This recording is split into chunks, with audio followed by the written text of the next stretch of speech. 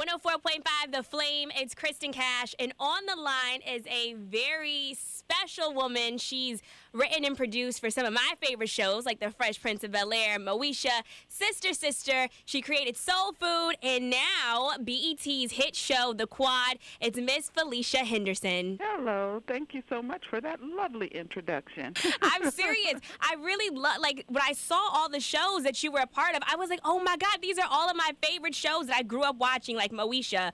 And now The Quad. I'm such a big fan. It's been a wonderful. Thank you. Been a very rough season for Dr. Fletcher, but to say the least, right? Yes, but for those who have not seen The Quad yet and have been sleeping under a rock, let them know about the show. Absolutely. The Quad is a one-hour drama on BET on Tuesday nights at 10 p.m., 9 p.m. Central.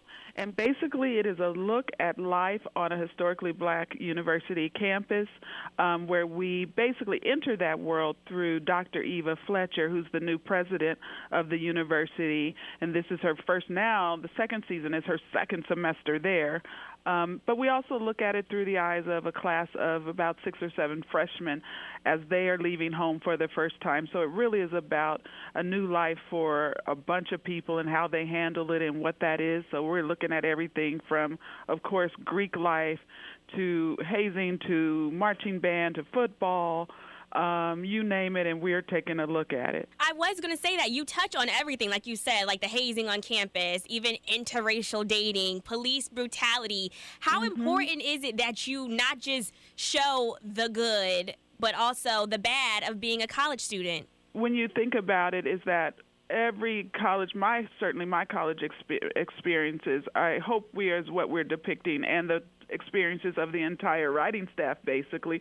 And by the way, the experience of some people who might be on the cast or the crew or executives at BET who, as I'm walking by, just grab me and whisper in my ear, this is what happened to me.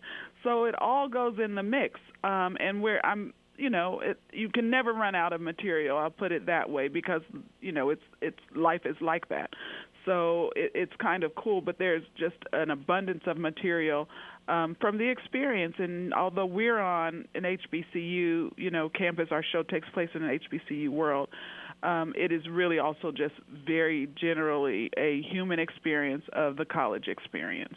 Now, speaking of Greek life, you are a member of the illustrious Delta Sigma Theta, but you didn't actually go to it. Oh, when you say illustrious, you make me think you must be a soror. Oh, no. No. I'm not Greek life at all. I'm sorry. It's not too late. But you didn't go to an HBCU, so what made you want to create this show? Well, no, I did not. You're so right. I went to UCLA as an undergrad and then University of Georgia as a grad student, and now I teach at the University of Texas, Austin.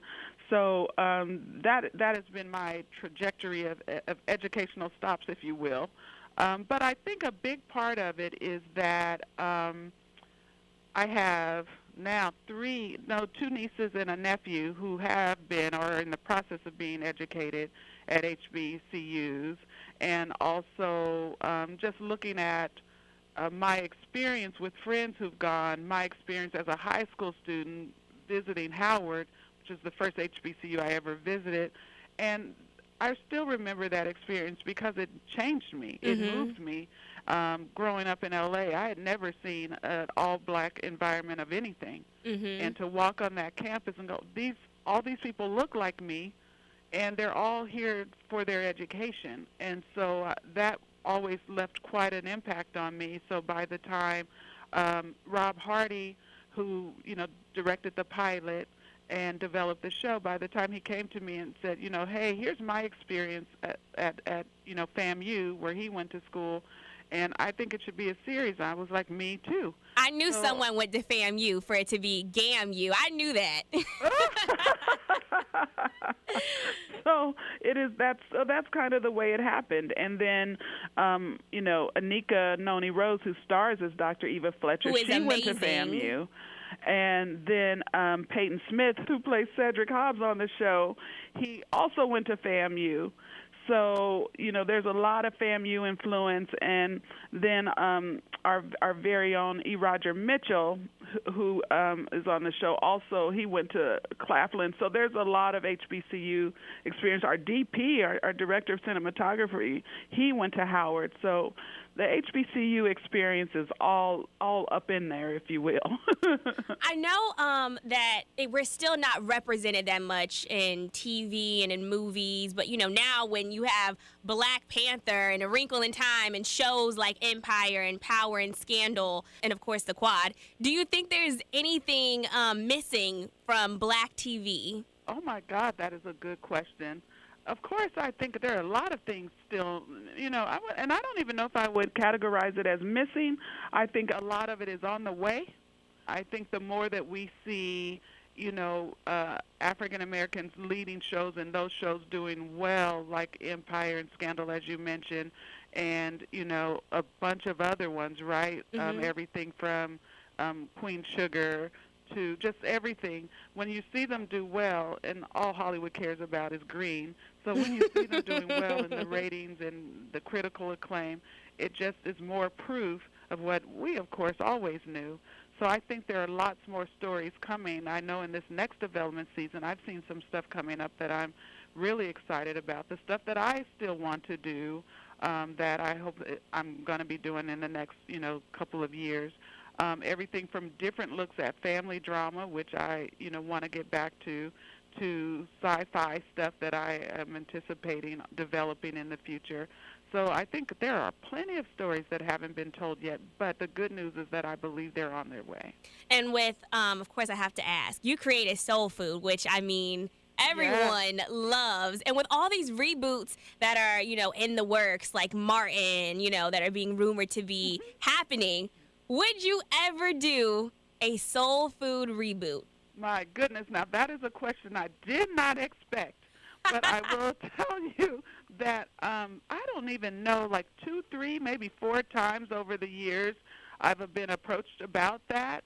And at one point I was like, I'm not sure what that would be. But for a while we did have some talks with Fox, about rebooting it as a series on Fox and taking a look at these women's lives when they were younger women.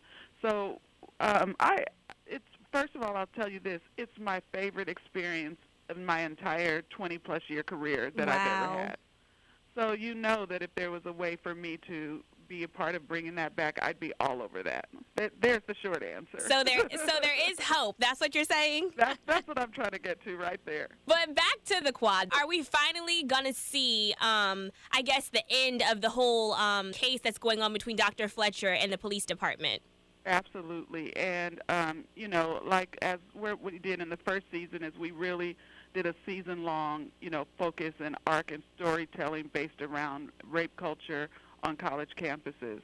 And this season what we decided to take on was something that was even more specific to HBCUs, which is the, takeover by predominantly white institutions. And the financial struggle that GAMU is having very much mirrors the financial struggle of so many HBCUs. But we want to be part of the conversation that says HBCUs are still very necessary, are still very relevant, still, should be around. And so that was the biggest reason to take that on this season. I do have another question about how people perceive it. Now, I love the Quad. I know there's people sitting at home that feel like if they haven't gone to an HBCU that they're a part of it. But how do you deal with some of the backlash from people who think that you're showing HBCUs in a bad light? All we can do is tell the stories that we tell. The stories that we tell are well-researched. You haven't seen anything on the Quad that didn't start from a place of something that we know happened at an HBCU. Mm-hmm. We have an HBCU consultant who has been there from day one of season 2.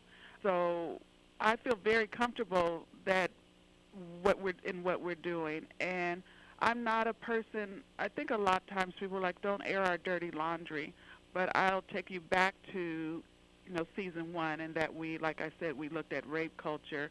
And I just spoke to a class at Xavier last week, and the professor had me in tears because she said, no one in here is going to tell you this story, but there are women who came forward to tell their stories with sexual violence because of the story you told on the quad. And for Wow. me, that is way more powerful and way more where I want to put my focus than someone who is critical of the show. So is there a season 3 on the way?